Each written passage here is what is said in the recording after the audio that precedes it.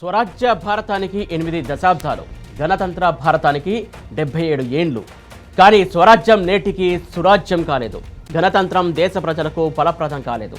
రాజ్యాంగ ఫలాలు నేటికి దేశ ప్రజలందరికీ అందడం లేదన్నది ఒప్పుకొని తీరాల్సిన చేదు నిజం. ఎన్నో ప్రభుత్వాలు మారాయి. ఎందరో నేతలు ప్రధానులుగా బాధ్యతలు నిర్వహించారు. కానీ దేశాన్ని సుసంపన్నంగా స్వయం సమృద్ధిగా తీర్చిదిద్దడంలో ఎందుకు విఫలమయ్యారు? అర్ధ శతాబ్దపు కాంగ్రెస్ పరిపాలన, 2 దశాబ్దాల బీజేపీ పాలనలో దేశానికి ఒరిగింది శూన్యం. ఇప్పటికీ దేశంలో కరెంటు వెలుగును చూడని పల్లెలు ఉండటం పాలకులకే కాదు, దేశ పౌరులకు సిగ్గుచేటు కాదా? మరుగుదొడ్లు లేని పల్లెటూర్లు ఉండటం పాలకుల వైఫల్యానికి నిదర్శనం కాదా?